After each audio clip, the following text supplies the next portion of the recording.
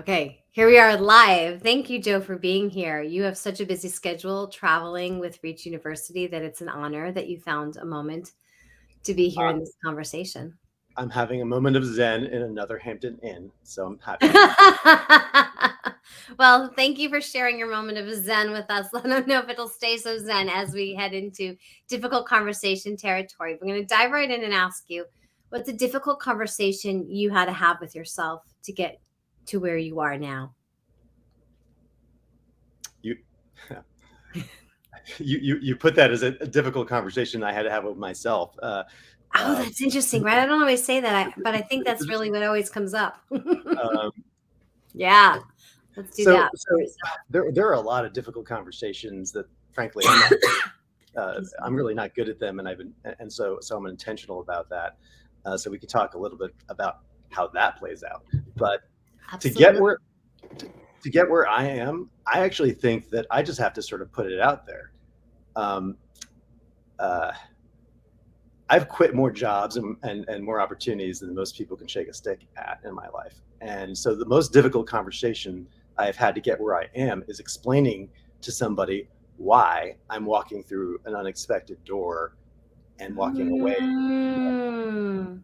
And so also, we could talk about why I've done that. And I think of it as they say in the tech world, as a feature and not a bug to make changes with your life if you're pursuing. Yeah, so it's interesting. So I don't always put that in there. And it's funny, I Mhm. didn't even notice I was doing that with yourself because it's usually what comes up when I say, what's the difficult conversation you had to get where you are? It's usually where somebody goes back to a moment where they had to make a choice. Mhm. But the other thing that comes up is what you're saying is where the conversation is actually about when people go, well, why are you doing what you're doing? And Right. what I hear you actually saying is you haven't had to have a difficult with conversation with yourself to answer that question. Not with myself because Yeah, that's it's not sometimes different. Like it's you not have that conviction I've had already. it's not been a choice. Like I've known what I needed to do, but I Wow. realized that the way I'm the way I'm wired is not the way most of the world is wired. Not my mom, not my former employers, not my partners. And so I've had to have conversations selling the new path to people since the beginning. When I was Yeah. Yeah. when I decided after college to go and after a year as a reporter to go into the Navy, the conversation was with my mom, who looked at me, and my mom is actually my adoptive mom. She was my aunt, but I call her mom, always have. And she looked at me in my eyes and she said, "What did I do wrong?" That was Oh so I had to that was like that's my. you know. And Yeah. by the way, when I was when I was taking that job, I had another difficult conversation when I went into the Navy because I was the day I got a call from the Navy recruiter, which was at 0 dark 30. Like it was so early. I thought it was like 4 in the morning, but it probably was, I was young and didn't get up early. And I get this call and I'm told, um, Mr. Ross, you've been accepted to officer candidate school, starts in Pensacola, Florida in, I don't know, 3 weeks, come down and sign. And I was like, all right, I'll do that. And then the next call I had to make was with the publisher of the Lowell Sun newspaper in Massachusetts, where that day I was supposed to start a new job as a general assignment reporter. And I called. I did actually. No, I didn't call the publisher. I called the editor who hired me, Hmm. and I thought this is going to go bad. And I said, I have some unusual news. I'm not going to come into work today. And he said, oh. And I said, I'm actually um, taking another job. And he said, what job? And I said, the Navy. And there was this long silence. And he says, I've had this happen before, actually, where somebody took another job on day one, but they never joined the Navy. Good luck to you. And hangs up the phone. And I'm like, well, I hope the Navy works out because I'm not going to get a job in journalism again. And Wow. about 40 minutes later, maybe, I don't know, it's sometime later that morning, I got a call. And it was the owner and the publisher of the Lowell Sun in Massachusetts. And he said, Joe, I heard you turned us down for a job in the Navy. And I said, yes, sir, I did. And he said, if I had found out you'd come to work for us when you had the opportunity to be in the Navy first, I might have fired you. Wow. What a Go serve nice in the Navy, affirmation back right? from the world, right? When you put yourself out there in that Right, way. right. And he said, go in the Navy for as long as you want. And when you're done, if you want to come be a reporter here, you can be a reporter here then. Wow. Maybe that was an early lesson in just It's a trusting great your. story. Yeah. Yeah, great story.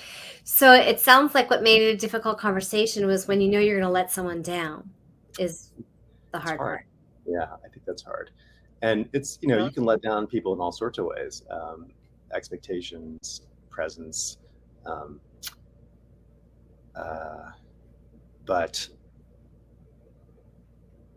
at the end of the day, you live one life, and you're gonna do better by people doing what you feel you must do to have the impact you need to do in your short Yeah. time than bottling that up and just going with the inertia, because that doesn't that for me at least, that's not that doesn't, it just, I can't imagine it actually. I mean, Uh-huh. I have never even tried it, so maybe it would work, but I can't imagine doing that. I'm really resonating with what you're saying, but it's different from where I think most people go. Most people go to doing the things they think they should do that the world seems to expect of them.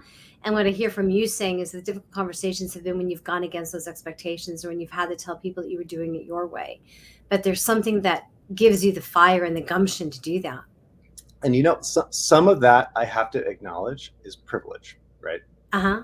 The ability I have had throughout my life to just scratch off things on my bucket list or walk into unexpected doors, into new careers, or travel to new places. All of that comes from the privilege of the education that I had. Like, Yeah. I'm keenly aware Mm-hmm. the ability to be the author of my own life and to have that pen in my hand comes necessarily from the whole education that I received, Right. not just the credentials, but the material skills that I got, the connections that I was privileged to be given. So I'm And going to the drill into confidence. that a little bit more because I've noticed that some people have really fluent with this language of privilege and Mhm. what it means and how it impacts others. And some people hear it and it doesn't quite make sense or they can't connect it because well, things didn't Yeah. come to them on a silver spoon. They're not privileged. So I'm going to ask you to dig into that. And you can also use that as a link to talking about why you, oops, I lost you. Oops. Okay. Happened before. Now I'm here in the middle of a difficult conversation or interview by myself. Gosh, that's not as much fun. Well, let's see. I will talk about privilege until Joe can get back on. Here he is. Okay. There we go. We've got you back. Okay, in the middle of talking about privilege. And I was The privilege of being in a hotel room with right. internet that is sometimes not there. Sorry about that. But to expand on that and how and I have a feeling that that will also be very connected to why you're doing what you do. So I have some thoughts about this. I think the word privilege is kind of thrown around sometimes like a weapon, like an accusation, and I think we need to be careful about assuming others have privilege or telling them that they have privilege, because Mm, everybody bears the burden of of sensing things to overcome, and we don't know what those things are, right? And so, is there privilege in race and in class and in ethnicity and in national origin? Of course, there is. Um, do people feel privileged just because they fall into one of those categories? They don't. no. And not and the reason is because life is hard for everybody in different ways. And Right. so, um, when I say I had the privilege of education, I can recognize, and other things, by the way, right? Like I have, there's a Mhm. lot of gosh darn privilege that I have, right? I also, and that's great. I need to know that. That doesn't take away the fact that I had what I felt to be at the time a really difficult childhood, that I was adopted, that I felt like I looked around and saw other people who didn't have a parent who had died, didn't have to take on a new last name when they were 5 years old, didn't have to move around. Like, I did not feel privileged as a kid, right? Like, and Mhm. you know what? Many people who have some types of privilege have other types of burdens, and we Mhm. need to be careful about dividing ourselves up around, who had the harder thing. We also need to be careful to recognize that we don't always see other people's privilege, right? Yeah. Even like, and we don't always see other people's um, absence of privilege. It's hard to relate, and so we just have to be open to it and believe people when they say, "I had a struggle." Um, the hope that education provides is that it can help people overcome whatever lack of privilege they started with. That's the hope, right? Right? And so whether it's income or race, um, and I should also say, there's no equalizing different types of um, identity that come with different levels of privilege. Like it's one thing to be rural, it's another thing to be black, it's another thing to be a woman, it's another thing to be a man. I can't equalize those, Yeah, but that's I a hard thing can. to imagine when the myth is, well, if you go get an education and you go Right, work hard, you'll go get a job and you'll have that job and everyone has that same opportunity. And that's the story we tell in here. And if we've lived that story, it's very hard for us to see what you just described, the right. inequality. And Right. that's And so recognizing those differences, recognizing the different gradients of the hills people have to climb, recognizing that we are sometimes blind to the barriers that someone else sees right in front of them and that they think we should see in front of them. Right. mhm, Like we're, you know, it's easy to be blind to what's called microaggressions if you don't have insight into what they sound like. right. But the hope is, despite those differences, education education can help people become the person that they imagine themselves capable of becoming, and that that's that's an ever going effort to make true for more people. And so that's, I didn't expect that to become the work of my life, but I think that my own background gave me this conviction without realizing it, that that's the most important thing. And so when I realized that, um, I embraced this career I've had that's continually tacking back into education and opportunity. So then what's the difficult conversation that comes from that through your work that you're having? We talked before about difficult conversation with the Yeah. country. What's that Yeah. one?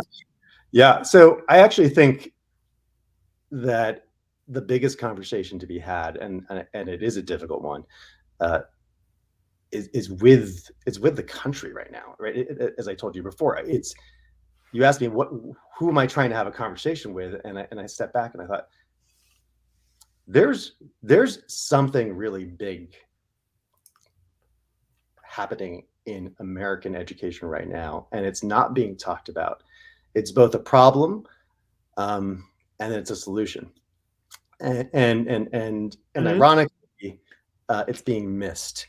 And yeah, we're talking about problems in education. We know about student debt. We know about um, uh, graduation rates going down. We know about the opportunity and achievement gaps. We know all these things. These are problems we know. But the problem and solution that are together are uh, the uh, the workplace and the training place. So a job and a university, um, a boot camp and a tech studio, like whatever kind of combination of learning place and workplace you can Yeah. imagine. Um, the problem is that one experience is not leading to the other, Mhm. right? That's the problem. So universities and colleges are Mhm. not leading to the outcome where enough graduates are getting jobs. And in the workplace, not enough people are coming in or who have the skills they need to succeed.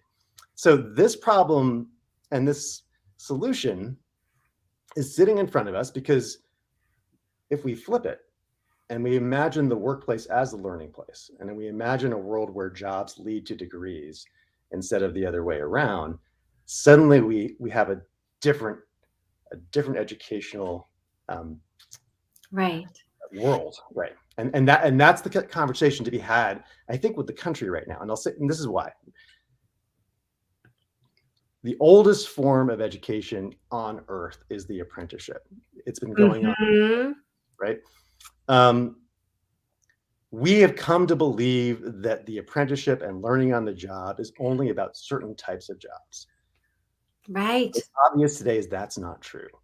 You can use the job and the workplace to provide not just skills and education, but what anyone would consider to be higher education, underline higher, right? If you do it the Right. right Right. way.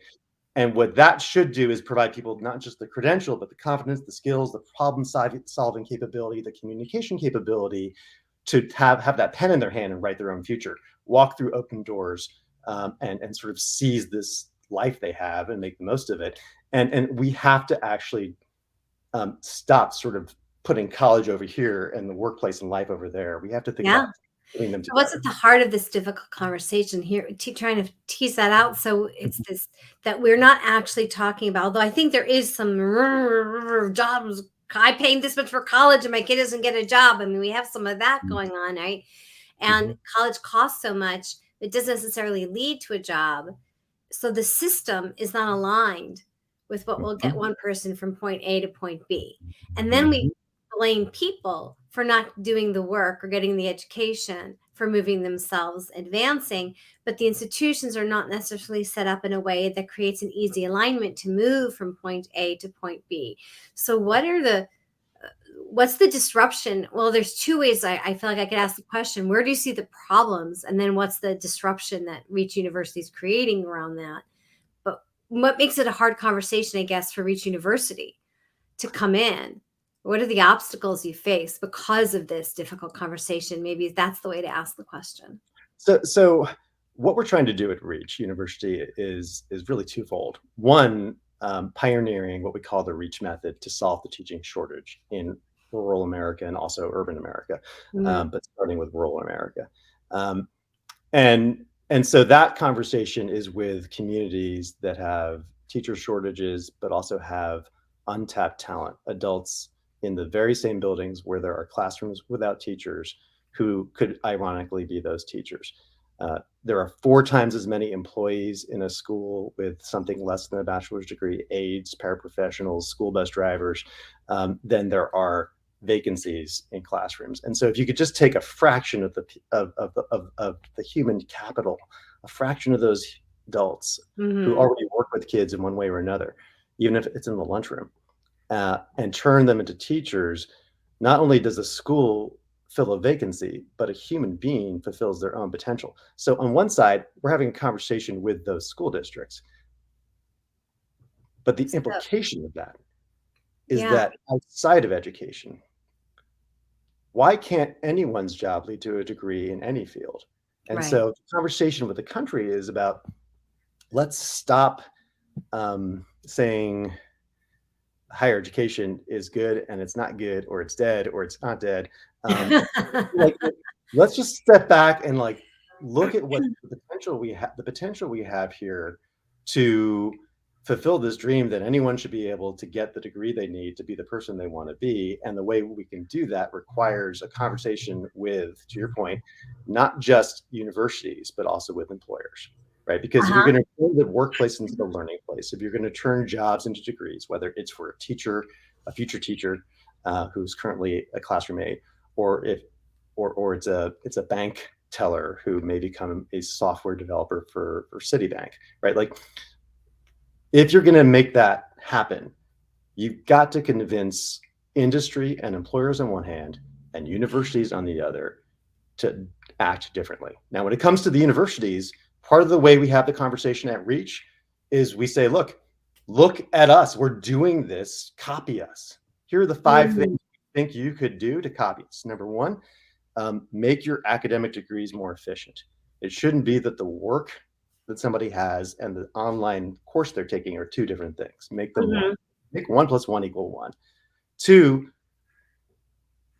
Zoom has proven that you can have a conversation or a seminar online. So put your classes flexibly online after work on the weekends. Nobody should drive to class, miss work for class, have to arrange child care for class. Three, let's stop thinking that school and work are irrelevant to each other. The third thing is relevance. So our call to our call to action for higher ed is make liberal arts even relevant to the job. Make every course relevant to someone's life. There's no reason I can't. Like, you want to learn about management? You know, we could teach management by looking at what's called the great books. Like, you could learn about ownership of a project by reading John Locke, right? You don't have to read those dusty books in abstract. You could read them in the context of being a professional. So relevance is the third thing. Fourth is affordability. That's a big one. We can talk more about that, but we've got to rethink how we organize teaching and learning. It's affordable for learners. And the fifth is what we call professional capital. And this gets us to the employer side of the equation. Design your degree so that it leads to a promotion. Design your job so that it leads to the credential and a degree. That's professional capital. Know that when you're done, you're going to get something. That's a conversation that bridges us over to the other audience. This is a conversation about redesigning the whole education system. Exactly. And it sounds we can like talk about whether that's a realistic proposition, but yes, that's what it's about. Right. So then you're asking for institutional change from real ingrained. I mean, each higher part of how, at least I understand the university and the cost of education or accessibility of education challenge is because every university runs itself like a business. So they're trying to figure out how to get better brand awareness, better candidates, better pools, better acceptances, and more money for less. And it's impacting also the kind of tenure that they offer. There are more adjuncts in the university world than there have been before. There are like many other problems that are coming up because that are associated with that. And then you have the idea that, well, you don't have a college degree, has sort of some kind of stigma to it. You need to have that college degree to get started with that job, although there are ways in which that's changing in certain areas, right? So you're talking about certain very ingrained institutional things and how to create this change that sounds so aligned. What we want to do is we want to get people working with purpose in the world. They need education, they need theory and practice. Let's put it together. So what are the steps that we start to take? What are the conversations we need to start having within our own institutions that can help move us forward? Where are we avoiding difficult conversations? Yeah. So as I said, I think there's conversations to be had with higher education as a thing, right? Like, there's a conversation with the world of higher education, and then there's a conversation to be had with the world of the employers, right? Because this vision of higher education being job embedded in the workplace is going to be a change for both. It's not just going to happen if employers do things. Universities will have to do things too. I think employers are going to have to lead it, but universities are going to have to be here for it. So that's the complexity. I think that I think this is hard, right? I think what I can say is that one starting point is to show that it's possible. It's one thing in a conversation to start with, here's a terrible problem, and then to pivot to, here's a great solution. Like, that's incomplete, right? Yeah. The first thing you need to do in a conversation is say, here's the bridge from here to there. Here's how we get there. Here's the steps you need to take. And part of showing that there's a bridge people can walk over is showing things like a bridge that people are already walking over, right? Like, so part of it's saying, look, this is happening in some places. So get some confidence from that. And part of it is just getting a few people to start walking over the bridge, and because some people will not walk over that bridge until they see other people walking over the bridge. So in the first category of, like, look, there's things like a bridge that we're using. We point to a couple of things, a couple of examples of job embedded higher education that are already happening. In Europe, for a couple of decades, in Germany, there has been a dual track to higher education. One word for it, I will say this badly, is the Berufsacademy. It basically means the working school. And the top graduates of high schools in Germany can choose to go to a research university, or they can choose to go to a Berufsacademy, which is typically a job embedded environment with major companies. Like the big companies in Germany will have these pathways, and they're partnering with higher education. And it's basically a job that leads to a business degree. And 30 or 40 years later, the research shows, and this has not been well reported or covered, but the research shows that people who took that job embedded path are at the same levels in middle and upper management as people who went to the research university. So it's not a compromise. We're not talking about some lesser thing. In Germany, it is a higher thing, right? In England, they're Really doing a similar. how embedded this idea of the research university is when it's actually a fairly new European construct. The university in the 19th century is when it really becomes this thing that people need to go to, and yet, like what you're describing, is having to make the argument that it's not worse to do a job related kind of. It's not a compromise, and in fact, compromise. what we used to call vocational education is not less. It actually can be higher education and vocational education at the same time. In England, they've just started a whole program, and the government is pushing it to encourage employers to set aside funding and resources for job embedded degree programs. So that's beginning to take off in what is referred to as degree apprenticeships in England. And here in the United States, the example that I would point to, some people think I'm going to point to medical education, right? Because everybody knows that you go to medical school, but then you have a residency and you have an internship, and that's still part of your education. But medical education is typically not job embedded from day one, right? There is still a research component to it. The one place that I know of where we already do degree apprenticeships in the United States is teacher education. We've done this at the post-baccalaureate level for decades now, where some people become teachers after going to a school of education, but many people become teachers with a degree in some other field. They get hired, and from day one, they're simultaneously full-time employed as a teacher and simultaneously full-time enrolled in a master's of education and a credentialing program. Yeah. So the one example we have of a true Berufsacademy in the United States is this what's called alternative certification model. Yes. And so what we say is, look at that example. Like, we're already doing that. We're already doing it in some places because the need for teachers was so great. My husband did that, by the way, just out of college, history major in New York City schools. They took him to teach high school history because it was so needed in a difficult area. And then he did the school along the way to get the credential. Meanwhile, I had the master's in education. I went into teaching full-time with the master's in education. Was one of us better and knowing the job is still just as hard to learn both ways. Yeah. It is hard. And actually, one of the things people say in any industry is they should learn so much on the job. Like, they think they learned everything on the job. And so the key is combining on the job learning which is practice with theory. Right, with theory. Theory and practice together. The example I'd say is there in education, but it's always been around, I think, more, let's go back to the word privileged again, but it's around people who already walked into the space with a bachelor's degree. And what we did at Reach is say, look, we're missing the opportunity here with all the people who don't yet have a bachelor's degree, but are already in the workplace, sometimes for years or decades, already know how to teach, and have been immersed in that environment. If we can actually combine what they're doing with a degree program, then they can become teachers. And it's not that crazy. We're doing it with the postbacks. So let's do it with the aides and the parapros.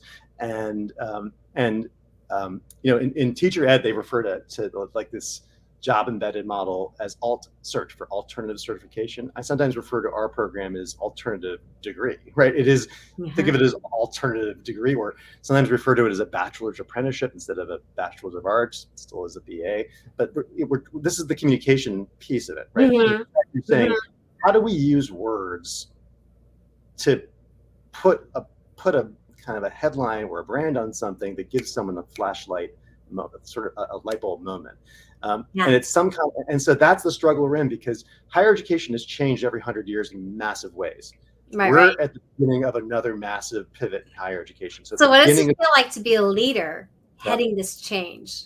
You're talking a lot about what Reach is doing, but I think it's going to be really interesting to hear so here you are at this, what's like to be at the beginning of that and to do the work. You're not doing this for reach. You're listen to you. You're talking about changing the world and changing the way we do education.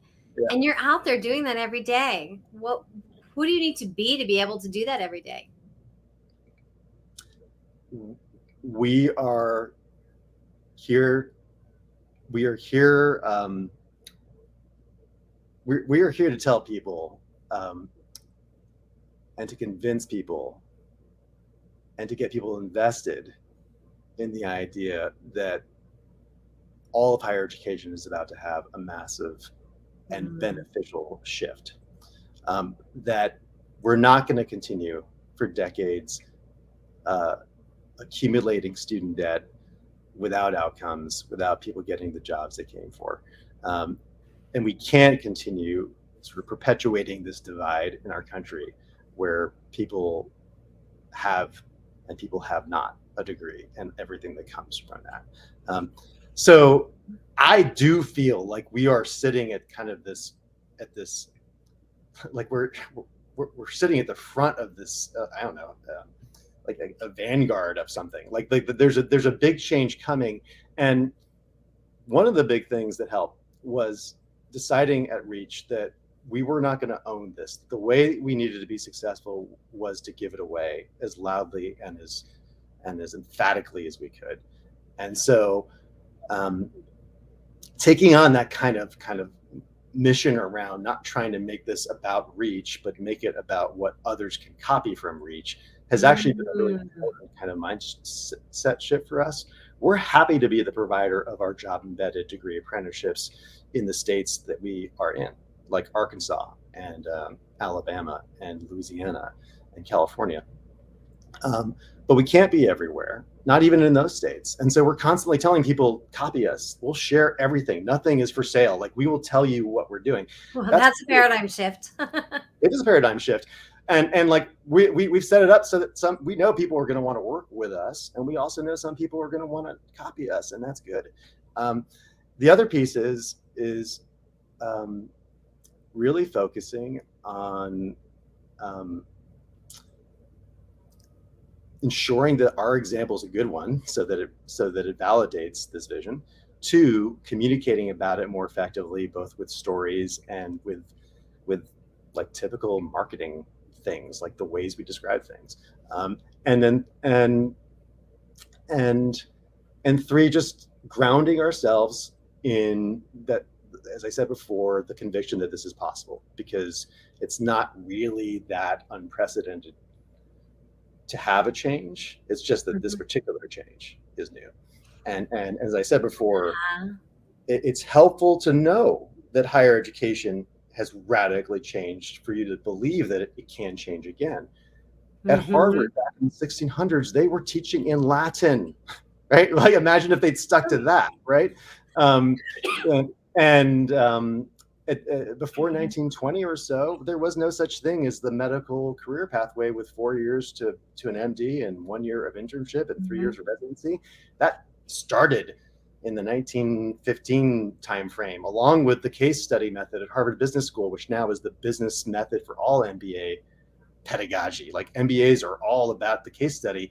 There was no case study method. There was barely a business school thing back in 1900, and now it's I think that it's the number 1 or number 2 most common graduate degree in the country. So I think if you look back every 100 years ago, there's a massive change in higher education. Also, every 100 years ago, maybe actually every 20 years or so, everybody is proclaiming the death of higher education. But like, higher education is like a cockroach; it will not die, right? Like it actually lives. So long live higher education is always the phrase that comes after higher education is dead. But the reason higher education lives, and the reason it's not a cockroach, is we, especially in this country, believe in this promise that Abraham Lincoln spoke about to immigrants in 1858, in a speech where he said, no matter where you're from, no matter what your religion, you can claim to be the blood descendant of the founders, not because you actually are, but because of this belief in your personal capacity to be anything. I'm definitely paraphrasing, but he said, he talked about this as a moral sentiment. We believe that we can have the autonomy. And so this country has been for this idea of universal education from the very beginning. And so education is not going to go away. It's going to transform itself. It always does. And to your point, we deeply believe that we're opening that door, right? This is the door we're opening. So what you see is that collectively as a university, you are going out there being a model, sharing what you do, showing that there is a way to do it, and being the beginning of something that's somewhat inevitable because change is always going to happen anyway. And you're just the first ones out there pioneering it to show the way for others. Right. And because you know that it's changed before, you believe it can change again, and you're sharing that belief. All of that. And yeah, we call it the reach method because we want to have something to anchor on, but we want everyone to steal it. We want everybody to steal it. And ultimately, I think the way that will happen is when our paraprofessionals in our program become teachers. And by the way, we've got almost 1,000 right now, several hundred in Louisiana. What we're already seeing, and this program started 2 years ago, is that no conversation that I have is more powerful than the stories that hundreds and thousands of people are having about what we're doing. And so when you're having a conversation with the country, like it's not me or any of my colleagues that's leading that at the end. Right. We're just it's the part stories. of it. But it's the stories of our candidates. We refer to our students as candidates that blow people away and that give people hope that we can make this change. And it's in those stories that we start to see what else is possible. Yeah. And see what's well, it's really exciting for me, having been one of those teachers walking new into a classroom. My para was new that year, but I had paras around me who had been there, who knew much better what to do what I was doing. And yet somehow I thought that there was something I knew they didn't. And I knew there was a lot they knew that I didn't, and that we weren't sharing those skills, and we were not back and forth becoming the same professional, which is there's no reason why we couldn't have been. And this imagining of what's possible in education, I think from my experience of working in the world of education, has so much potential. And I hope that it does make the changes that you want to see beyond what Reach University is doing and those vibrations. So I'm going to come to our closing question, which is if you could gift the people in your audience, so whether you want to think of those as the country, because you have a lot of audience, whether it's your students or the other universities that you want to be a model for, what's the tool for difficult conversations that you wish you could wave a wand and just give to them that would make all of this a lot easier for them?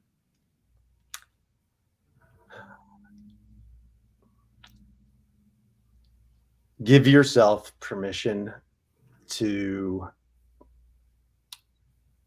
show, not tell, by looking for and sharing the human stories first.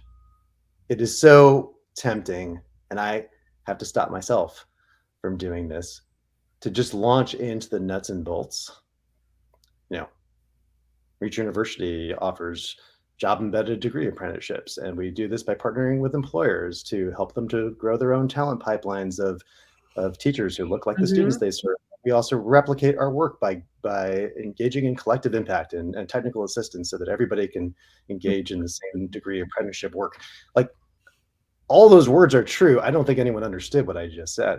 but if you stop and tell just one story of a human being experiencing what you do, experiencing the vision that you're trying to bring about, suddenly